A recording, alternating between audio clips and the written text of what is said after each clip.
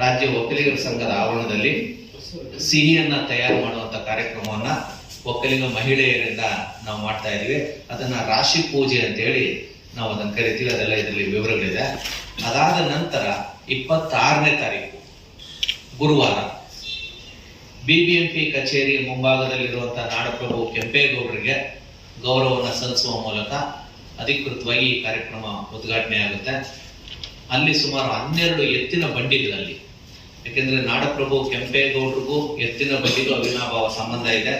ಅವರ ಪೂರ್ವಿಕರು ರಣಬೈರೇಗೌಡರು 7 ಎತ್ತಿನ ಬಂಡಿಗಳಲ್ಲಿ ಆವತಿಗೆ ಬಂದರು ಅಂತೇಳಿ ಒಂದು ಐತಿಹ್ಯ ಇದೆ. ಮತ್ತೆ ರೈತರಿಗೂ ಕೆಂಪೇಗೌಡರಿಗೂ ಗಂಗರಿಗೂ ಎತ್ತಿನ ಗಾಡಿಯ ಸಂಬಂಧ ಇರೋದ್ರಿಂದ 12 ಎತ್ತಿನ ಗಾಡಿಗಳಲ್ಲಿ 26ನೇ ತಾರೀಕು ಸಂಜೆ 12 ಎತ್ತಿನ ಗಾಡಿಗಳಲ್ಲಿ ದೀಪದ ಸಮೇತ ಧಾರ್ಮಿಕವಾಗಿ ತಂಬಿಟ್ಟಿನ ದೀಪಗಳು ಅಂತ ಹೇಳ್ತೇವೆ, ಅದರ ಸಮೇತ ಮತ್ತೆ ಶ್ರೀ ಕೆಂಪಣ್ಣ ಸ್ವಾಮಿ, ಶ್ರೀ ವೀರಣ್ಣ ಸ್ವಾಮಿ ಅಂತೇಳಿ ನಾಡಪ್ರಭು ಕೆಂಪೇಗೌಡರ ಪೂರ್ವಿಕರು ದೇವರು. ದೇವನಹಳ್ಳಿಯಲ್ಲಿ ಒಂದು ದೇವಸ್ಥಾನ ಕೂಡ ಇದೆ, ಅದನ್ನ ನಮ್ಮ ನಾಗರಾಜ್ ಸರ್ ಅವರು ಹೇಳ್ತಾರೆ, ಅಂದಿಗನಾಳ ಅಂತ ಹೇಳಿ. ಅಲ್ಲಿಂದ ಉತ್ಸವ ಮೂರ್ತಿಗಳನ್ನ ತಂದು ಎತ್ತಿನ ಗಾಡಿಯಲ್ಲಿಟ್ಟು ಸಿಹಿಯನ್ನಲ್ಲಿಟ್ಟು ಬಿಬಿಎಂಪಿ ಕಚೇರಿ ಮುಂಭಾಗದಲ್ಲಿರುವಂತಹ ನಾಡಪ್ರಭು ಕೆಂಪೇಗೌಡರಿಗೆ ಪೂಜೆ ಮಾಡಿ ಮಾಲಾರ್ಪಣೆ ಮಾಡಿ ಅಲ್ಲಿಂದ ಮೆರವಣಿಗೆ ಹೊರಡ್ತೀವಿ. 26ನೇ ತಾರೀಕು ಸಂಜೆ 6:30-7 ಗಂಟೆ ಅಷ್ಟೊತ್ತಿಗೆ ಅಲ್ಲಿಂದ ಮೆರವಣಿಗೆ ಹೊರಟು Ansur gate police station, Hudson circle, ಅಲ್ಲಿಂದ ಕಬ್ಬನ್ ಪಾರ್ಕ್ ಒಳಗಡೆ ಇರುವಂತಹ ಕೇಂದ್ರ ಗ್ರಂಥಾಲಯ ದ್ವಾರ, ಯಾಕೆಂದ್ರೆ ಆ ರಸ್ತೆನಲ್ಲಿ ಟ್ರಾಫಿಕ್ ಕಡಿಮೆ ಇರೋದ್ರಿಂದ ಅಲ್ಲಿಂದ ಇಲ್ಲಿಗೆ ಬರ್ತೀವಿ ನಾವು ವಿಧಾನಸೌಧ, ವಿಕಾಸೌಧ ಮುಂಭಾಗ ಬಂದು ಅಲ್ಲಿಂದ ವಿಧಾನಸೌಧಕ್ಕೆ ಬಂದು ವಿಧಾನಸೌಧದ ಮುಂಭಾಗದಲ್ಲಿರುವಂತ ನಾಡಪ್ರಭು ಕೆಂಪೇಗೌಡರ ಪ್ರತಿಮೆಗೆ ಪೂಜೆಯನ್ನು ಮಾಡಿ ಪೂಜೆಯನ್ನು ವಿಶೇಷವಾಗಿ ಮಾಡ್ತಾ ಇದ್ದೀವಿ. ಈಗ ನಮ್ಮ ದೇಶದಲ್ಲಿ ಗಂಗಾ ಆರತಿ ಅಂತೇಳಿ ಬಹಳ ಪ್ರಸಿದ್ಧಿಯನ್ನು ಪಡೆದು ಧಾರ್ಮಿಕವಾಗಿ ಜನ ಮೆಚ್ಚಿಕೊಂಡಿದ್ದಾರೆ.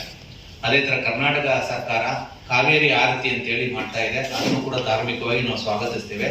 ಅದೇ ತರ ಇನ್ನು ಮುಂದೆ ನಾಡಪ್ರಭು ಕೆಂಪೇಗೌಡರಿಗೆ ಬೆಂಗಳೂರನ್ನ ಕಟ್ಟುವ ಮೂಲಕ ನಮ್ಗೆಲ್ಲ ಆಶ್ರಯ ಕೊಟ್ಟರಲ್ಲ, ಅವರಿಗೆ ಕೆಂಪೇಗೌಡ ಆರತಿ ಅಂತೇಳಿ ವಿಧಾನಸೌಧ ಮುಂಭಾಗದಲ್ಲಿ ಮಾಡ್ತಾ ಇದ್ದೇವೆ. ಮತ್ತೆ ಈ ಕಾರ್ಯವನ್ನ ನಮ್ಮ ವಿಧಾನ ಪರಿಷತ್ತಿನ ವಿಧಾನಸಭೆಯ ಸ್ಪೀಕರ್ ಆದಂತಹ ಶ್ರೀ ಖಾದರ್ ಅವರು ನೆರವೇರಿಸಿಕೊಡ್ಬೇಕು ಅಂತ ಅವ್ರ ಹತ್ರ ಕೇಳ್ಕೊಂಡಿದ್ದೀವಿ. ಮುಖ್ಯಮಂತ್ರಿ ಶ್ರೀ ಸಿದ್ದರಾಮಯ್ಯನವರು ಕೂಡ ಆಸಕ್ತಿಯನ್ನು ತೋರಿಸಿ ಈ ಕಾರ್ಯಕ್ರಮಕ್ಕೆ ಬರೋದಕ್ಕೆ ಒಪ್ಕೊಂಡಿದ್ದಾರೆ. ಹಾಗೆ ಉಪಮುಖ್ಯಮಂತ್ರಿಗಳು ಇನ್ನೂ ಹೆಚ್ಚಿನ ಆಸಕ್ತಿ ವಹಿಸಿ ಅವತ್ತು ನಾನು ಬರ್ತೀನಿ ಅಂತ ಹೇಳಿದರೆ, ಈ 3 ಜನ ಗಣ್ಯರ ಜೊತೆಗೆ ಬೆಂಗಳೂರಿನ ವಿವಿಧ ಜನಾಂಗದ ಗಣ್ಯರು ಮತ್ತೆ ಸ್ವಾಮೀಜಿಗಳು, ಅದರಲ್ಲೂ ವಿಶೇಷವಾಗಿ ಆದಿಚುಂಚನಗಿರಿಯ ಪ್ರಮುಖ ಸ್ವಾಮೀಜಿಗಳಾದಂತಹ ಶ್ರೀ ಶ್ರೀ ಶ್ರೀ ಡಾಕ್ಟರ್ ನಿರ್ಮಲಾನಂದನಾಥ ಸ್ವಾಮೀಜಿಗಳು, ನಂಜಾವಧೂತ ಸ್ವಾಮಿಗಳು, ಮತ್ತೆ ನಮ್ಮ ನಿಶ್ಚಲಾನಂದನಾಥ ಸ್ವಾಮಿಗಳು, ಹೀಗೆ ಎಲ್ಲಾ ಸ್ವಾಮೀಜಿಗಳ ದಿವ್ಯ ಸಾನ್ನಿಧ್ಯದಲ್ಲಿ ಬಿಬಿಎಂಪಿ ಕಚೇರಿ ಮುಂಭಾಗದಿಂದ ಕಾಲ್ನಡಿಗೆಯಲ್ಲಿ ಮೆರವಣಿಗೆ ಹೋಗ್ತಾ ಇದೀವಿ. 12 ಎತ್ತಿನ ಬಂಡಿಗಳ ಸಮೇತ ಅಲ್ಲಿ ಹೋಗಿ ನಾಡಪ್ರಭು ಕೆಂಪೇಗೌಡರಿಗೆ ಅಂದ್ರೆ ವಿಧಾನಸೌಧ ಮುಂಭಾಗದಲ್ಲಿರುವಂತಹ ನಾಡಪ್ರಭು ಕೆಂಪೇಗೌಡರ ಪ್ರತಿಮೆಗೆ ಪೂಜೆ ಮಾಡಿ ಕೆಂಪೇಗೌಡ ಆರತಿಯನ್ನ ಎತ್ತಿ ನಾವೇನು ಸಿಹಿಯನ್ನ ತಗೊಂಡೋಗಿರ್ತೀವಿ ಅದನ್ನ ಅಲ್ಲಿ ಸಾರ್ವಜನಿಕರಿಗೆ ವಿತರಿಸುವಂತ ಕೆಲಸ ಮಾಡ್ತೀವಿ. 26ನೇ ತಾರೀಕು ಸಂಜೆ ಸಿಹಿಯನ್ನು ಹಂಚುವ ಮೂಲಕ ಮಾನ್ಯ ದಿನ ಜನ ಸಿಹಿಯನ್ನು ತಿಂದು ಸಂತೋಷದಿಂದ ಕೆಂಪೇಗೌಡರ ಜಯಂತಿನ ಆಚರಿಸಲಿ ಅನ್ನುವಂಥ ಉದ್ದೇಶದಿಂದ 3 ದಿನಗಳ ಈ ಉತ್ಸವವನ್ನು ನಾವು ಹಾಕೊಂಡಿದ್ದೇವೆ. 25 ಬೆಳಗ್ಗೆ ರಾಜ್ಯ ಒಕ್ಕಲಿಗರ ಸಂಘ ಬಿವಿಪುರಮಲ್ಲಿರುವಂತಹ ಒಕ್ಕಲಿಗರ ಸಂಘದ ಆವರಣದಲ್ಲಿ ಸಿಹಿ ತಯಾರಿಸುವಂತಹ ಹಬ್ಬ. 26ನೇ ತಾರೀಕು ಬಿಬಿಎಂಪಿ ಕಚೇರಿಯಿಂದ ವಿಧಾನಸೌಧಕ್ಕೆ 12 ಎತ್ತಿನ ಬಂಡಿಗಳಲ್ಲಿ ಸಿಹಿಯನ್ನು ಹೂಡಿಕೊಂಡು ಮೆರವಣಿಗೆನಲ್ಲಿ ಹೋಗಿ ಕೆಂಪೇಗೌಡರಿಗೆ ಆರತಿಯನ್ನು ಎತ್ತಿ ಕೆಂಪೇಗೌಡ ಆರತಿ ಕಾರ್ಯಕ್ರಮ. 27ಕ್ಕೆ ರಾಜ್ಯ ಸರ್ಕಾರ ಕಾರ್ಯಕ್ರಮ ಮಾಡುತ್ತೆ. ಆ ಕಾರ್ಯಕ್ರಮದಲ್ಲಿ ನಾವೆಲ್ಲರೂ ಕೂಡ ಭಾಗವಹಿಸ್ಕೊಂತೀವಿ. ಹೀಗಾಗಿ 25, 26 ಕೆಂಪೇಗೌಡರ ಅಭಿಮಾನಿಗಳ ಕಾರ್ಯಕ್ರಮ ಅಂತ ಹೇಳಿದ್ರೆ ತಪ್ಪಾಗೋದಿಲ್ಲ. 27ನೇ ತಾರೀಕು ಸರ್ಕಾರ ಮತ್ತು ಕೆಂಪೇಗೌಡರ ಅಭಿಮಾನಿಗಳ ಕಾರ್ಯಕ್ರಮ ಅಂತ ಹೇಳಿ 3 ದಿನಗಳ ಉತ್ಸವ. ಈ ವರ್ಷ ಅದು ಸ್ವಲ್ಪ ಸರಳವಾಗಿರುತ್ತೆ. ಮುಂದಿನ ದಿನಗಳಲ್ಲಿ ನಾವು ದಸರಾ ಮಾದರಿಯಲ್ಲಿ ಈ ಕಾರ್ಯಕ್ರಮ ಮಾಡಬೇಕು ಅಂತೇಳಿ ಯೋಜನೆಗಳು ಹಾಕೊಂಡು ಒಂದು ಕನಸನ್ನು ಕಂಡಿದ್ದೇವೆ. 64ಕ್ಕೆ ಏನಕ್ಕೆ ಅಂದ್ರೆ, ಕೆಂಪೇಗೌಡರು ಕೋಟೆಯನ್ನ ಕಟ್ಟಿ ಪೇಟೆಯನ್ನ ಕಟ್ಟಿದಾಗ 60 ಜನಾಂಗದವರಿಗೆ 64 ಪೇಟೆಗಳನ್ನ ಕಟ್ಟಿಕೊಟ್ರು. ಹೀಗಾಗಿ ಕೆಂಪೇಗೌಡರು ಸರ್ವ ಜನಾಂಗದ ಶಾಂತಿಯ ದೊರೆ, ಎಲ್ಲಾ ಜಾತಿಯವರಿಗೂ ಅವರು ಅವಕಾಶ ಮಾಡಿಕೊಟ್ಟಿದ್ದಾರೆ. ಹೀಗಾಗಿ ಒಂದೊಂದು ಜಾತಿಯವರು ಕೂಡ ಒಂದೊಂದು ಎತ್ತಿನ ಗಾಡಿಯನ್ನು ಕಳಿಸ್ಬೇಕು ಅಂತೇಳಿ ಎತ್ತಿನ ಗಾಡಿ ನಮ್ಮ ಅಸ್ಮಿತೆ, ಭಾರತೀಯ ಸಂಸ್ಕೃತಿಯ ಅಸ್ಮಿತೆ. 64 ಎತ್ತಿನ ಬಂಡಿಗಳನ್ನ ಸಾಂಕೇತಿಕವಾಗಿ 64 ಜಾತಿಗಳ ಪ್ರಮುಖರೊಂದಿಗೆ ಅಥವಾ ಜನಾಂಗದ ಸ್ವಾಮೀಜಿಗಳೊಂದಿಗೆ ಮೆರವಣಿಗೆನಲ್ಲಿ ಹೋಗಿ ಮೈಸೂರು ದಸರಾ ಮಾದರಿಯಲ್ಲಿ ಸರ್ವ ಜನಾಂಗದವರು ಸೇರಿ ನಾಡಪ್ರಭು ಕೆಂಪೇಗೌಡರಿಗೆ ಧನ್ಯವಾದ ಹೇಳುವಂತ ಕಾರ್ಯಕ್ರಮ ಮುಂದಿನ ದಿನಗಳಲ್ಲಿ ಆಗುತ್ತೆ. ಈಗ ಅದನ್ನ ಸಣ್ಣದಾಗಿ ನಾವು ಪ್ರಾರಂಭ ಮಾಡಿದ್ದೇವೆ. ನಮ್ಮ ಜೊತೆ ಹಲವಾರು ಬೇರೆ ಬೇರೆ ಸಂಘ ಸಂಸ್ಥೆಯವರು, ಕನ್ನಡ ಪರ ಹೋರಾಟಗಾರರು, ಬೇರೆ ಬೇರೆ ಜನಾಂಗದ ಸಂಘ ಸಂಸ್ಥೆಯವರು ಎಲ್ಲರೂ ಕೂಡ ನಮ್ಮ ಜೊತೆ ಸಹಕಾರವನ್ನು ಕೊಟ್ಟಿದ್ದಾರೆ. ವಿಶೇಷವಾಗಿ ಫಸ್ಟ್ ಸರ್ಕಲ್ ಗ್ರೂಪ್ ಅಂತ ಹೇಳಿ ಯುವಕರ ಒಂದು ತಂಡವೇ ಕೂಡ ಮುಂದೆ ಬಂದಿದೆ. ಕಳೆದು ಹೋಗಿರುವಂತ ನಮ್ಮ ಪರಂಪರೆಯನ್ನ, ಯಾಕೆಂದ್ರೆ ನಾವು ಬಹುತೇಕ ಏನಾಗಿದ್ದೀವಿ, ನಮ್ಮ ಎಲ್ಲ ಪರಂಪರೆನ ಒಂದೇ ಕಳ್ಕೊಂತಾ ಇದೀವಿ. ಅದು ಮತ್ತೆ ಪುನರುತ್ಥಾನಗೊಳ್ಬೇಕು, ಯುವ ಜನಾಂಗಕ್ಕೆ ಅದು ಗೊತ್ತಾಗಬೇಕು ಅನ್ನೋ ಕಾರಣಕ್ಕೋಸ್ಕರ ಪಾರಂಪರಿಕ ಬಂಡಿ ದೇವರ ಉತ್ಸವವನ್ನ ಬೆಂಗಳೂರು ಬಂಡಿ ದೇವರ ಉತ್ಸವ ಸಮಿತಿಯ ವತಿಯಿಂದ ಪ್ರಾರಂಭ ಮಾಡಿದ್ದೇವೆ. ತಾವು ಮಾಧ್ಯಮಗಳಲ್ಲಿ 3 ದಿನಗಳ ಕಾಲ ಈ ಕಾರ್ಯಕ್ರಮಕ್ಕೆ ಹೆಚ್ಚಿನ ಪ್ರಚಾರವನ್ನು ಕೊಡಬೇಕು. ಮತ್ತೆ ಇದ್ರ ಬಗ್ಗೆ ಇನ್ನೂ ಹೆಚ್ಚಿನ ವಿವರಗಳು ಬೇಕಾದ್ರೆ ಧಾರ್ಮಿಕವಾಗಿ, ಐತಿಹಾಸಿಕವಾಗಿ, ಸಾಂಸ್ಕೃತಿಕವಾಗಿ 3 ಕ್ಷೇತ್ರಕ್ಕೆ ಸಂಬಂಧಪಟ್ಟಂತೆ ಹೆಚ್ಚಿನ ವಿವರಗಳನ್ನ ನಾವಿಲ್ಲಿ ಫೋನ್ ನಂಬರ್ ಕೂಡ ಹಾಕಿದ್ದೇವೆ. ನಮ್ಮನ್ನ ಭೇಟಿ ಮಾಡಿದ್ರೆ ಅದ್ರ ಮೂಲಕ ನಾವು ಕೊಡ್ತೇವೆ. ದಯಮಾಡಿ ನಾಳೆ ಬೆಳಗ್ಗೆ 9 ಗಂಟೆಗೆ ಮತ್ತೆ ಒತ್ತಿ ಹೇಳ್ತಾ ಇದ್ದೀನಿ, ಸಿಹಿ ತುಂಬುವ ಉತ್ಸವ ರಾಜ್ಯ ಒಕ್ಕಲಿಗರ ಸಂಘದ ಆವರಣದಲ್ಲಿ. ನಾಡದ್ದು BBMP ಕಚೇರಿಯ ಮುಂಭಾಗದಲ್ಲಿ ಸಂಜೆ 5 ಗಂಟೆಯಿಂದ ಸಾಂಸ್ಕೃತಿಕ ತಂಡಗಳೊಂದಿಗೆ 12 ಎತ್ತಿನ ಬಂಡಿಗಳ ಮೆರವಣಿಗೆ. 7 ಗಂಟೆ ಅಷ್ಟೊತ್ತಿಗೆ ವಿಧಾನಸೌಧವನ್ನ ರೀಚ್ ಆಗ್ತೀವಿ. ಅಲ್ಲಿ ಕೆಂಪೇಗೌಡರಿಗೆ ಆರತಿ. ಈ 2 ದಿನಗಳ ಕಾರ್ಯಕ್ರಮವನ್ನ ತಮ್ಮ ಮಾಧ್ಯಮಗಳಲ್ಲಿ ಹೆಚ್ಚಿನ ರೀತಿಯಲ್ಲಿ ಪ್ರಚಾರ ಮಾಡೋ ಮೂಲಕ ನಮಗೆ ಸಹಕಾರವನ್ನು ಕೊಡಬೇಕು ಅಂತ ಕೇಳ್ಕೊಳ್ತಾ, ಇನ್ನು ಶ್ರೀ ವೀರಣ್ಣ ಸ್ವಾಮಿ, ಕೆಂಪಣ್ಣ ಸ್ವಾಮಿ ದೇವರ ಬಗ್ಗೆ, ಅಲ್ಲಿನ ಉತ್ಸವ ಮೂರ್ತಿ ಯಾವ ರೀತಿ ತರ್ತಾರೆ ಏನು ಅನ್ನೋದನ್ನ ನಮ್ಮ ರಿಟೈರ್ಡ್ SP ಆದಂತ ಮತ್ತು ಆ ಕೆಂಪೇಗೌಡರ ವಂಶಕ್ಕೆ ಸಂಬಂಧಪಟ್ಟಂತ ನೇರ ವಂಶಸ್ಥರಾದಂತ ಶ್ರೀ ನಾಗರಾಜ್ ಅವರು ತಮಗೆ ವಿವರಗಳನ್ನ ಕೊಡ್ತಾರೆ.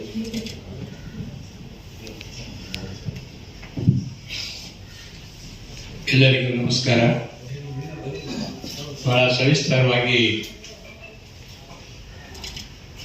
ಐತಿಹಾಸಿಕರಾದಂಥ ಈ ಒಂದು ಕಾರ್ಯಕ್ರಮದ ರೂವಾರಿಯವರಂಥ ತಲಕಾಡು ಚಿಕ್ಕರಂಗೇಗೌಡರು ತಿಳಿಸಿದ್ದಾರೆ. ಇದಕ್ಕೆ ನಾನೇನು ಹೆಚ್ಚಾಗಿ ಹೇಳುವಂಥ ಅವಶ್ಯಕತೆ ಇಲ್ಲ. ಆದರೆ ಬಹಳ ಪ್ರಸಿದ್ಧಿ ಹಾಗೂ ಖ್ಯಾತಿಗೆ ಹೆಸರಾದಂಥ ಬಂಡಿದೇವರನ್ನ ತಾವೆಲ್ಲ ನೋಡಿರಬೇಕು. ಹಳ್ಳಿಗಳಲ್ಲಿ ನಡೆಸುವಂಥದ್ದು ಹಾಗೂ ಅದರ ಒಂದು ಊಟವನ್ನು ಕೂಡ ಮಾಡಿರ್ಬೋದು. ಇದಿಷ್ಟು ನಮಗೆ ಗೊತ್ತಿರೋದು ಈಗಿನ ಕಾಲದಲ್ಲಿ ಅಲ್ವಾ. ಆದರೆ ಇತಿಹಾಸನೇ ಬೇರೆ ಇದೆ. ಬಂಡಿಯನ್ನೇ ದೇವರಂತ ಯಾಕೆ ಹೇಳಬೇಕು? ಅದರ ಬಂಡಿಯಿಂದ ಏನು ಅವರಿಗೆ ಸಹಾಯ ಆಗಿರ್ಬೋದು. ಅದು 7 ಬಂಡಿ ಅಂತಲೂ ಹೇಳ್ತಾರೆ. ಇವೆಲ್ಲ ನೋಡಿದ್ರೆ ಇದು ಅವರ ಒಂದು ಇತಿಹಾಸಕ್ಕೆ ಹೊಂದಿಕೊಂಡಿದೆ. ಮೂಲ ಕಾರಣ ಆ ಒಂದು ಬಂಡಿನೇ ಅವರನ್ನು ಬದುಕಿಸಿದ ಒಂದು ದಿವಸ ಆ ಒಂದು ವಂಶಸ್ಥರು ಇಲ್ಲಿ ಬಂದು ನೆಲೆಸ್ಲಿಕ್ಕಾಯ್ತು. ಅಷ್ಟೇ ಅಲ್ಲ, ನೀವು ನೋಡಿರ್ಬೋದು ನಂತರದಲ್ಲಿ ಅದನ್ನೇ ಒಂದು ರೈತನ ಬದುಕಿನ ದೇವರು. ಈಗಾಗಲೇ ನಾವು ಗಾಳಿಯಲ್ಲಿ ಹಾಕ್ತೀವಿ, ಸಮುದ್ರದಲ್ಲಿ ಹೋಗ್ತೀವಿ, ಭೂಮಿ ಮೇಲಂತೂ ನಾನಾ ವಿಧಗಳಲ್ಲಿ ನಾವು ಓಡಾಡ್ತೀವಿ. ಆದರೆ ಆಗಿನ ಕಾಲದಲ್ಲಿ ಇದ್ದದ್ದೇ ಬಂಡಿ. ನಂತರದಲ್ಲಿ ಅದನ್ನೇ ಯುದ್ಧ ಕಾಲದಲ್ಲಿ ಫಿರಂಗಿನ ಸಾಗಿಸೋಕ್ಕೂ ಕೂಡ ಸಹಾಯ ಆಗಿದೆ, ಇಲ್ಲ ಅಂತಲ್ಲ. ಅಂದರೆ ಅದು ಎಕ್ಸ್ಟ್ರೀಮ್ ಆಯಿತು. 500-600 ವರ್ಷಗಳ ಹಿಂದೆ ಅದನ್ನು ಕೂಡ ನಾವು ಎಕ್ಸ್ಪೆಕ್ಟ್ ಮಾಡೋಕ್ಕಾಗ್ತಿದ್ದಿಲ್ಲ. ಇದನ್ನು ಮನಗಂಡು ಅವರು ಅದನ್ನೇ ದೇವರಂತ ಮಾಡಿ ರೈತರಿಗೆ ಒಂದು ಹಬ್ಬನೂ ಕೂಡ ಕೊಟ್ಟರು. ಅವರು ರೈತರ ಹಬ್ಬ ಅಂದರೆ ಇವತ್ತಿನ ಕಾಲದಲ್ಲೂ ಕೂಡ ನಮಗೆ ಒಂದು ಏನು ವಂಶಸ್ಥರಿದ್ದೀವಿ ಅವರಿಗೆ ಬಹಳ ಮುಖ್ಯವಾದ ಹಬ್ಬ. ಆ ದೇವರು ಮಾಡದೇನೆ ಮಕ್ಕಳಿಗೆ ಮದುವೆನೂ ಕೂಡ ಮಾಡೋಂಗಿಲ್ಲ. ಯಾರಿಗೆ ಬಂಡಿ ದೇವರಾಗಿಲ್ವೋ ಅವನು is not eligible to get marry ಅಂತ. ಅಂದರೆ ಅಷ್ಟು ಮಹತ್ವ ಅದಕ್ಕೆ ಅಂಟಿಕೊಂಡಿದೆ. ಅದ್ರ ಜೊತೆಯಲ್ಲೇನೆ ಬಂಡಿ ಇಲ್ಲದೆ ಇರ್ತಕ್ಕಂಥ ಹಳ್ಳಿಗಾಡಿನಲ್ಲಿ ಮನೆ ಯಾವುದಿತ್ತು ಅವಾಗ? ಯಾವುದು ಇರಲಿಲ್ಲ. ಅದು ಕೂಡ ನಮ್ಮ ಬದುಕಿಗೆ ಹತ್ತಿರವಾಗಿತ್ತು. ಇದನ್ನೆಲ್ಲ ಅರ್ಥನೇ ಅವರಿಗೆ ಬಹುಶಃ ಈ ಜಾತಿ ಧರ್ಮ ಮತ್ತೆ ಒಂದು ಆ ಭೇದ ಭಾವ ಅನ್ನೋದು ಬರಲೇ ಇಲ್ಲ.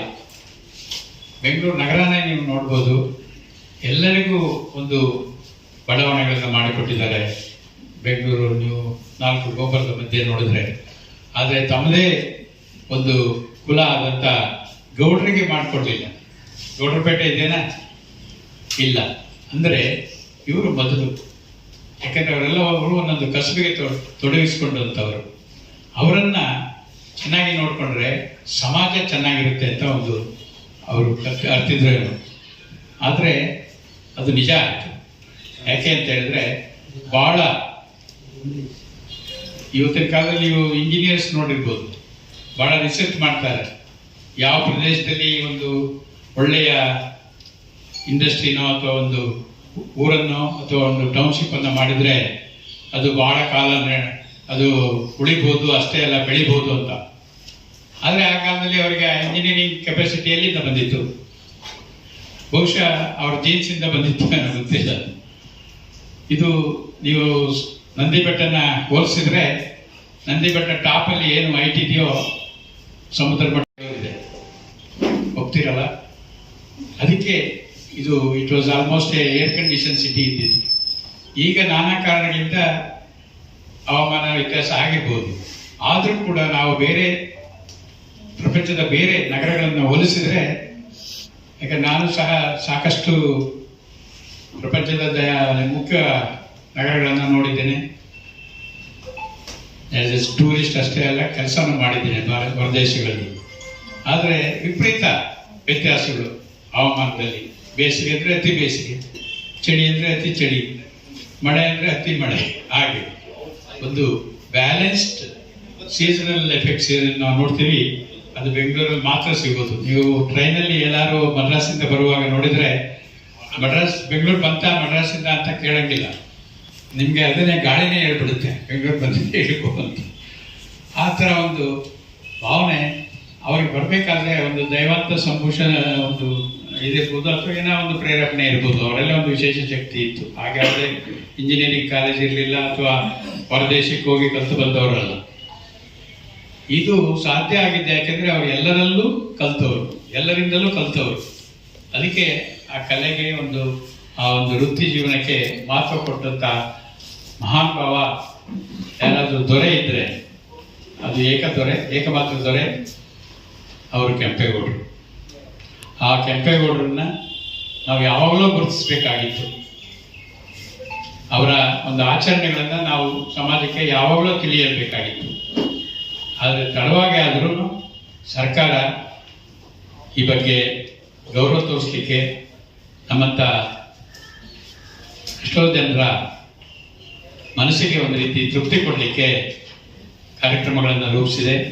ಮೊಟ್ಟ ಮೊದಲಿಗೆ ನಾನು ಸರ್ಕಾರಕ್ಕೆ ನಮ್ಮ ವಂಶಸ್ಥರ ಪರವಾಗಿ ಗೌರವಾನ್ವಿತ ಅಭಿನಂದನೆಗಳನ್ನು ಸೂಚಿಸಲಿಕ್ಕೆ ಬಯಸ್ತೇನೆ.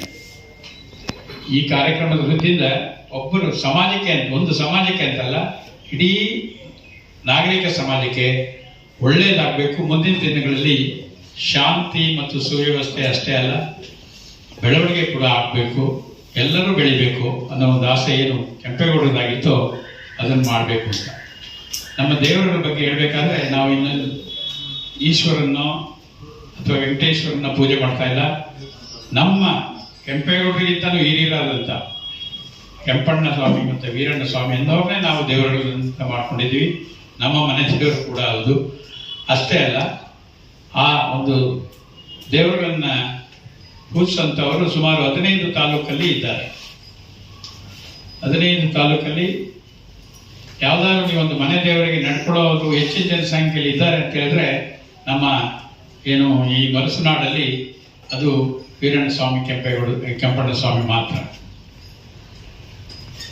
ಇದನ್ನ ಇವತ್ತು ನಾನು 12 ವರ್ಷದಿಂದ ನಡೆಸ್ಕೊಂಡು ಬರ್ತಾ ಇದ್ದೀನಿ ಅದರ ಒಂದು ಟ್ರಸ್ಟಿನ ಅಧ್ಯಕ್ಷನಾಗಿ. ಹಾಗಾಗಿ ನಾನು ಸಾಕಷ್ಟು ನಮ್ಮ ಇತಿಹಾಸಕಾರರಾದಂಥ ಚಿಕ್ಕರಂಗೇಗೌಡರ ಹತ್ರ ಮತ್ತು ಅವರೆಲ್ಲ ಸಹಪಾಠಿಗಳೊಂದಿಗೆ ಮಾಡುವಂಥ ಕಾಲದಲ್ಲಿ ಸಾಕಷ್ಟು ಅಂಶಗಳು ಹೊರಬಂದಿದ್ದಾವೆ. ಆದರೆ ಮೂಲಭೂತವಾಗಿ ಅವ್ರು ಹೇಳಿದಾಗೆ ಶಾಂತಿ ಮತ್ತು ಸುವ್ಯವಸ್ಥೆನ ಮನಸ್ಸಲ್ಲಿಟ್ಟುಕೊಂಡು ಆ ಒಂದು ಸೌಹಾರ್ದತೆಯನ್ನು ಸಾರಿದಂಥ ಮಹಾನ್ ದೊರೆ ಕೆಂಪೇಗೌಡ ಅವರನ್ನು ನಾವು ಎಷ್ಟು ನೆನೆಸಿದ್ರು ಕಡಿಮೆನೇ. ಆ ಮಹಾನ್ ಭಾವನನ್ನು ತಡವಾಗಿ ಆದರೂ ನಾವು ಒಂದು ನಮ್ಮ ಈ ವರ್ತಮಾನ ಕಾಲದ ನಮ್ಮ ಮಕ್ಕಳಿಗೆ ಪರಿಚಯಿಸ್ತಾ ಇದೀವಲ್ಲ, ಅದು ಒಂದು ಸಂತೋಷದ ಸಮಾಚಾರ. ಈ ಸರ್ಕಾರಕ್ಕೆ ನಾನು ಮತ್ತೊಂದು ಸಾರಿ ಈ ಕಾರ್ಯಕ್ರಮ ಆರಂಭಿಸಿದ್ದಕ್ಕೆ ಧನ್ಯವಾದಗಳನ್ನು ಹೇಳ್ತಾ, ತಾವೆಲ್ಲ ಈ ಕಾರ್ಯಕ್ರಮದ ಒಂದು ರೂಪುರೇಷೆಗಳನ್ನು ತಿಳ್ಕೊಂಡಿದ್ದೀರಾ. ಆ ಪ್ರಕಾರ ನಮ್ಮೊಂದಿಗೆ ಸಹಕರಿಸಿ ಏನು ನಡವಳಿಕೆ ನಡೀತದೆ, ತಪ್ಪು ನೆಪ್ಪಗಿರ್ಬೋದು, ಅದನ್ನು ಕೂಡ ಎಚ್ಚರಿಸಿ ಮುಂದಿನ ದಿನಗಳಲ್ಲಿ ಇದು ಪ್ರಥಮ. ಮೊದಲನೇ ಹೆಜ್ಜೆ ನಾರ್ಮಲ್ ಆಗಿ ಮಗು ಕೂಡ ಸ್ವಲ್ಪ ತಪ್ಪಿತಾನೆ ಇರ್ತದೆ.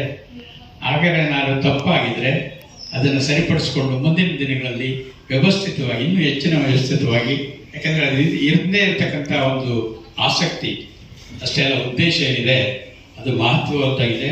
ಈಗಿನ ವರ್ತಮಾನ ಕಾಲದಲ್ಲಿ ಬಹಳ ಅವಶ್ಯಕತೆವಾಗಿದೆ ಅದು. ಆದ್ದರಿಂದ ತಾವೆಲ್ಲ ಸಹಕರಿಸ್ತೀರಿ ಅಂತೇಳಿ ನಾನು ಭಾವಿಸಿ ಈ ಸಮಾಚಾರ, ಈ ಒಂದು ಸುದ್ದಿ ಸಮಾವೇಶದ ಕಾರ್ಯಕ್ರಮನ ಮುಂದುವರಿಸಬೇಕಂತ ಮಾನ್ಯ ಚಿಕ್ಕರಂಗೇಗೌಡರು ಕೇಳ್ತೀನಿ. ಎಲ್ಲರಿಗೂ ನಮಸ್ಕಾರ. ಈಗಾಗಲೇ ಈ ಬಂಡಿದೇವರ ಉತ್ಸವ ಇತಿಹಾಸದ ಬಗ್ಗೆ ನಮ್ಮ ಇತಿಹಾಸಕಾರ ಅಂತ ಚಿಕ್ಕರಂಗೇಗೌಡರು ಅವರಿಗೆ ಹೇಳಿದ್ದಾರೆ. ಸೊ ಅದನ್ನು ಏನು ಮಾಡ್ತೀವಿ, ಯಾವ ರೀತಿ ಮಾಡ್ತಿದ್ದೀವಿ ಅನ್ನೋದ್ರ ಬಗ್ಗೆ ನಾಗರಾಜ್ ಸರ್ ಕೂಡ ಸಹ ಹೇಳಿದ್ದಾರೆ. ಮುಂದುವರೆದಾಗಿ ಎಲ್ಲ ಅದನ್ನೇ ಕಂಟಿನ್ಯೂ ಮಾಡಿದ್ದಾರೆ. ಈ ಒಂದು ಕಾರ್ಯಕ್ರಮನ ನಾವು ಕೂಡ ಬಂದಿದ್ದೇವೆ, ಸುಮಾರು ವರ್ಷಗಳು ಮಾಡ್ತಾ ಬರ್ತಾ ಇದೆ. ಕುಟುಂಬ ಸಂಘಟನೆಗಳಲ್ಲಿ ಸುಮಾರು 3 ವರ್ಷಗಳು ಮಾಡ್ತಾ ಬಂದಿದ್ದಾರೆ.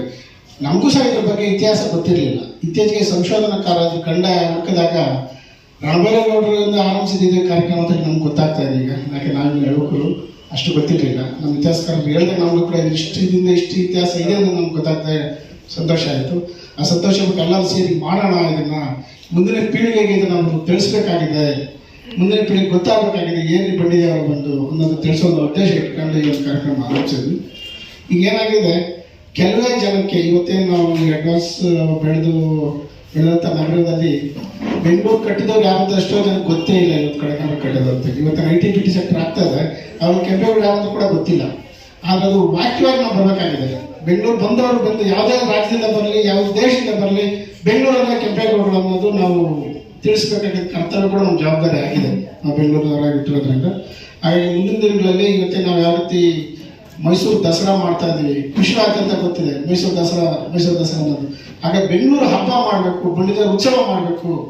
ಮುಂದಿನ ದಿನಗಳಲ್ಲಿ ಎಲ್ಲೇ ನೋಡಿದ್ರು ಬೆಂಗಳೂರು ಬಂಡಿದೇವರ ಉತ್ಸವ ನಾವು ಹೋಗ್ಬೇಕು ಅನ್ನೋ ಆಸೆ ಕ್ರಿಯೇಟ್ ಆಗಬೇಕು, ವಿಶ್ವದಾದ್ಯಂತ ಒಂದು ಆಕಾಂಕ್ಷೆ ಇಟ್ಕೊಂಡು ಮುಂದೆ ಯಾರೇ ಇದೆ ನಮ್ಮ ಬೆಂಗಳೂರು ಭಾಗಕ್ಕೆ ಬಂದರೆ, ಯಾವುದೇ ರಾಜ್ಯದ ಬರಲಿ, ಯಾವುದೇ ದೇಶದವರಿರಲಿ, ಅವ್ರುಗಳು ಬಂಡಿದೇವರ ಅನ್ನೋದು ಕೆಂಪೇಗೌಡರು ಕಟ್ಟಿದ್ರು, ಬೆಂಗಳೂರು ಕೆಂಪೇಗೌಡರು ಕಟ್ಟಿದ್ರು, ಅವರು ಹುಟ್ಟಂತ ಬಂಡಿದೇವರ ಉತ್ಸವನ ಕಂಟಿನ್ಯೂ ಮಾಡಿದ್ದಾರೆ ಅನ್ನೋದು ಅವ್ರಿಗೆ ಗೊತ್ತಾಗಬೇಕು ಅನ್ನೋಂಥ ಈ ಆಸೆ ಇಟ್ಕೊಂಡು ಈ ಒಂದು ಹಲವಾರು ಸಂಘ ಸಂಸ್ಥೆಗಳು ಯಾರೊಂದು ಇಂಡಿವಿಜುವಲ್ ಮಾಡ್ತಿಲ್ಲ. ಬಂಡಿದೇವರ ಉತ್ಸವದಲ್ಲಿ ಎಲ್ಲ ಒಕ್ಕಲಿಗರ ಸಂಘ ಇದೆ, ನಮ್ಮ ಪ್ರಶ್ನಾರ್ಥ ಸೊಸೈಟಿ ಇದೆ, ಕೆಂಪೇಗೌಡ ಸಂಶೋಧನಾ ಸಮಿತಿ ಇದೆ, ಹಲವಾರು ಕೆಂಪೇಗೌಡ ಹಲವಾರು ಸಂಘ ಹೇಳಿಕೆ ಆಗೋದಿಲ್ಲ. ನಮ್ಮ ಮಹಿಳಾ ಸಂಘಗಳು ಸುಮಾರು ಸಂಘಗಳಿವೆ.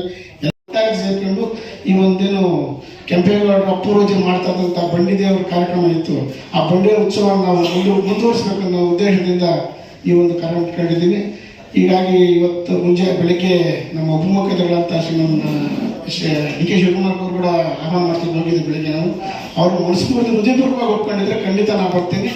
ನಮ್ಮ ಆಕ್ಚುಲಿ ಮಾಸಾವಳಿಗೆ ಕೂಡ ನಾವು ಕೇಳಿದಾಗ ನಾನು ಅಲ್ಲಿಂದ ನಡ್ಕೊ ಬರ್ತೀವಿ ತಮ್ಮ ಜೊತೆ ಮೆರವಣಿಗೆಯಲ್ಲಿ ತಾವು ಸಹ ಭಾಗವಹಿಸಿ ಶ್ರೀ ನಿರ್ಮಲಾ ಸ್ವಾಮೀಜಿಗಳು ನಮ್ಮ BBMP ಆವರಣದಿಂದ ಹಿಡಿದು ಹಡ್ಸನ್ ಸರ್ಕಲ್ ಮುಖಾಂತರ, ಕಬ್ಬನ್ ಪಾರ್ಕ್ ಮುಖಾಂತರ, ಗೋಪಾಲ್ಗೌಡ ಸರ್ಕಲ್, ವಿಧಾನಸೌಧ ರಸ್ತೆ ಮಾಡಿದ್ವಿ, ದಾರಿ ಗುರ್ತು ಮಾಡಿದ್ವಿ.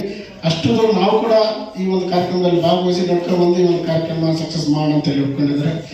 ಹಾಗಾಗಿ ಈ ಒಂದು ಇವತ್ತೇನು ನಿಮ್ಮ ಜೊತೆ ಪತ್ರಕರ್ತರ ಜೊತೆ ಹಂಚ್ಕೊಳ್ತಾ ಇದೆ, ಇದನ್ನು ತಗೊಂಡು ಎಲ್ಲರೂ ಆದಷ್ಟು ಬೇಗ ನಾಳೆ ಇರೋದ್ರಿಂದ ತುರ್ತಾಗಿ ಎಲ್ಲ ಕಡೆ ಒಂದು ಪ್ರಚಾರ ಮಾಡಬೇಕಾಗಿತ್ತು ನಮ್ಮಲ್ಲಿ ಕೋರ್ತಾ ಈ ಒಂದೆರಡು ಮಾತನ್ನು. ಸರ್, ಈ ಸಮಾರಂಭದಲ್ಲಿ ಪೊಲಿಟಿಕಲ್ ಕಲರ್ ಇರುತ್ತಾ?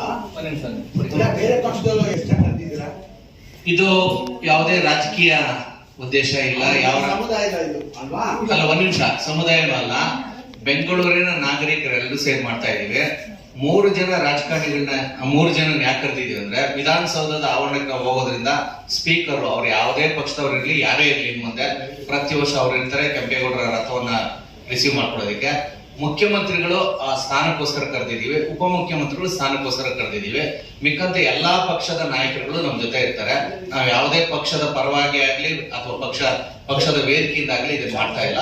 ಸಂಪೂರ್ಣ ಇತಿಹಾಸ ತಜ್ಞರು, ಆ ವಂಶಸ್ಥರು, ಕೆಂಪೇಗೌಡರ ವಂಶಸ್ಥರು, ಕೆಂಪೇಗೌಡರ ಅಭಿಮಾನಿಗಳು, ಮತ್ತೆ ಕೆಂಪೇಗೌಡರು ಕಟ್ಟದಂತ ಬೆಂಗಳೂರಿನಿಂದ ಫಲವನ್ನ ಅನುಭವಿಸ್ತಿದಾರಲ್ಲ, ಫಲಾನುಭವಿಗಳು ಅಂತ ಕರಿತೀವಿ. ಸರ್ ಇದು ಎಷ್ಟನೇ ವರ್ಷ ಸರ್ ಇದು ಮಾಡ್ತಾ ಇರೋದು? ಇದು ಪ್ರಾರಂಭ. ಇದು ಅಂದ್ರೆ ಇನ್ ಮುಂದೆ ಯಾರು ಆಳ್ವಿಕೆಯಲ್ಲಿ ಇರ್ತಾರೆ ಅವ್ರನ್ನೇ ಕರೀತೀರ? ಯಾರು ಆಳ್ವಿಕೆಯಲ್ಲಿ ಇರ್ತಾರೆ ಅಂತಲ್ಲ.